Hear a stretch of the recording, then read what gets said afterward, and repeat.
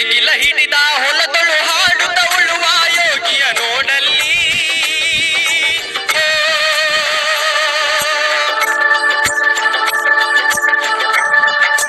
ನೇಗಿಲ ಹಿಡಿದ ಹೊಲದಳು ಹಾಡುತ್ತ ಉಳುವ ಯೋಗಿಯ ನೋಡಲ್ಲಿ.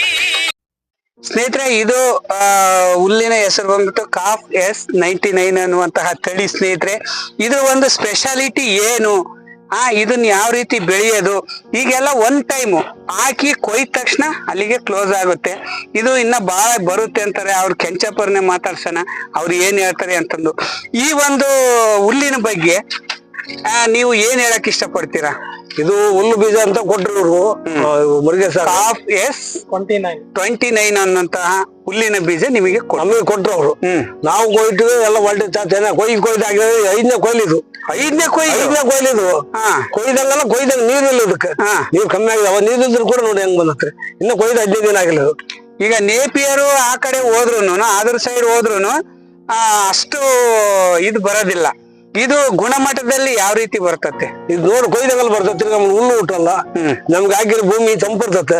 ಕೆಲವ್ರು ಏನ್ ಮಾಡ್ತಾರ, ಒಡಿ ಬ್ಯಾಸೆ ಅಂತಾರ, ಅವೆಲ್ಲ ಭೂಮಿ ಹಾಳಾಗುತ್ತಾಗ. ಇವಾಗ ಇದ್ರದ್ದು ಹಾಕಿದ್ರೆ ಭೂಮಿ ತೊಂದು ಬರ್ತತೆ, ನೆಳ್ಳು ಬೀಳಲ್ಲ, ಆ ಬಿಸಿಲು ಬೀಳಲ್ಲ, ಗಿಡ ಸುಧಾರಿಸುತ್ತೆ.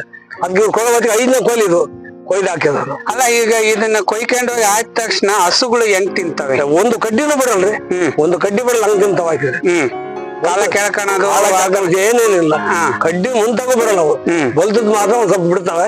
ಇದ್ದಿದ್ ಹಾಕ್ಬಿಟ್ರೆ ನಾವು ಹೋಳಿಗೆ ಮಟನ್ ಹೆಂಗ್ ಮುಟ್ವ ಆತರ ಸುಮ್ಮನೆ ಹಂಗ ತಗೊಂಡ್ ತಿಂದ್ ಬಿಡ್ತಾವ.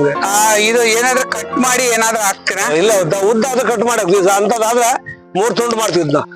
3 ತುಂಡು ಪೀಸ್ ಮಾಡಿ ಈ ರೀತಿ ತೆಲೆ ಬರುತ್ತೆ.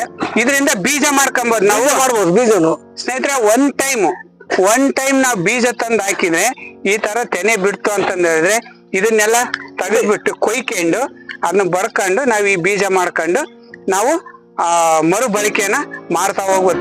ಪದೇ ಏನು ಬೀಜ ಕೊಡ್ಬೇಕು ಅನ್ನೋದೇನಿಲ್ಲ. ಯಾರೆಲ್ಲ ಹೈನುಗಾರಿಕೆ ಕುರಿ ಫಾರಂ ಮಾಡ್ಬೇಕು ಅಂತಂದು ಇದೀರೋ ದಯವಿಟ್ಟು ಈ ಒಂದು ಹುಲ್ಲಿನ ಪದ್ಧತಿಯನ್ನ ಹಾಕಿ ಹೇಳ್ರಿ. ಇದು ಯಾವ್ದು ಕಂಪ್ನಿ ಪ್ರಚಾರ ಅಲ್ಲ, ಬೀಜದ ಪ್ರಚಾರ ಅಲ್ಲ. ತಿರ್ಗಾ ತಪ್ಪು ತಿಳ್ಕೊಂಡ್ಬಿಟ್ಟಿರ. ಇವ್ರು ಕೆಂಚಪ್ಪರ್ ಸಕ್ಸಸ್ ಆಗಿದ್ದಾರೆ. ಇವ್ರು ಕೆಂಚಪ್ಪರ್ನ ಮಾತಾಡಿಸ್ಕೊಂತ ಹೋದ್ರೆ ಇನ್ನ ಬಹಳ ವಿಚಾರಗಳಿದಾವೆ. ಮುಂದಿನ ದಿನಗಳಲ್ಲಿ ನಾನು ಇವ್ರನ್ನ ಒಂದೊಂದಾಗಿ ಬಂದಾಗೆಲ್ಲ ಒಂದೊಂದು ಇಂಟರ್ವ್ಯೂಗಳನ್ನ ಮಾಡಿ ನಿಮ್ಗೆ ತೋರಿಸ್ತಾ ಹೋಗ್ತೀನಿ. ನೆಕ್ಸ್ಟ್ ಈಗ 5,000 ಲೀಟರ್ ಘಟಕದ್ದು ವಿವರಣೆ ಆಯ್ತು. ಈಗ 2,000 ಘಟಕದ ಹೇಳಿ ಇಲ್ಲಿಗೆ ನಿಲ್ಲಿಸ್ತೀನಿ. ತಿರ್ಗಿ ಮುಂದಿನ ದಿನಗಳಲ್ಲಿ ತಿರ್ಗ ಹೊಸ ವಿಚಾರಗಳನ್ನ ಈ ಒಂದು ಜೀವಾಮೃತ ಬಯೋಡೈಜೆಸ್ಟ್ ಪದ್ಧತಿಯ ಒಂದು ನ್ಯೂನ್ಯತೆಗಳ ಬಗ್ಗೆ ಆಗಿರ್ಬೋದು, ಅವರು ಮುಂದೆ ಮೇಲಧಿಕಾರಿಗಳಾಗಿರ್ಬೋದು, ನಮ್ಮ ಇಲಾಖೆ ಸರ್ಕಾರದ ಅವರೆಲ್ಲ ಏನು ಅಭಿಪ್ರಾಯಗಳನ್ನ ವ್ಯಕ್ತಪಡಿಸ್ತಾರೆ ಅನ್ನೋದು ಮುಂದಿನ ದಿನಗಳಲ್ಲಿ ಹೇಳ್ತೀನಿ. ಸ್ನೇಹಿತರೆ, ಯಾರೆಲ್ಲ ನಮ್ಮ ಚಾನಲ್ ಸಬ್ಸ್ಕ್ರೈಬ್ ಮಾಡ್ಕೊಂಡು ನೋಡ್ತಾರೆ ದಯವಿಟ್ಟು ಚಾನಲ್ ಸಬ್ಸ್ಕ್ರೈಬ್ ಮಾಡ್ಕೊಳ್ರಿ. ಈ ವಿಡಿಯೋವನ್ನ ಲೈಕ್ ಮಾಡ್ರಿ, ಎಲ್ಲಾ ನಿಮ್ಮ ರೈತರಿಗೂ ಶೇರ್ ಮಾಡ್ರಿ. ಮುಂದಿನ ದಿನಗಳಲ್ಲಿ ಈ ಒಂದು ಜೀವಾಮೃತವನ್ನ ಬಳಸ್ಕೊಂಡ್ಬಿಟ್ಟು ಆರ್ಥಿಕವಾಗಿ ಸ್ವಾವಲಂಬನೆ ಆಗ್ರಿ. ಇನ್ನ ಒಂದ್ಸರಿ ಹೇಳ್ತೀನಿ, ನಮ್ಮ ಚಾನಲಿನ ಉದ್ದೇಶ ಕಡಿಮೆ ಖರ್ಚು ಹೆಚ್ಚು ಲಾಭ. ನಾನು ನನ್ನ ಲೋಗೋನೇನೆ ನನ್ನ ಇದ್ರಲ್ಲಿ ನಾನು ಪ್ರತಿ ಒಂದು ವಿಡಿಯೋ ತಮ್ಮನೇಲೇನೆ ಬರ್ತದೆ.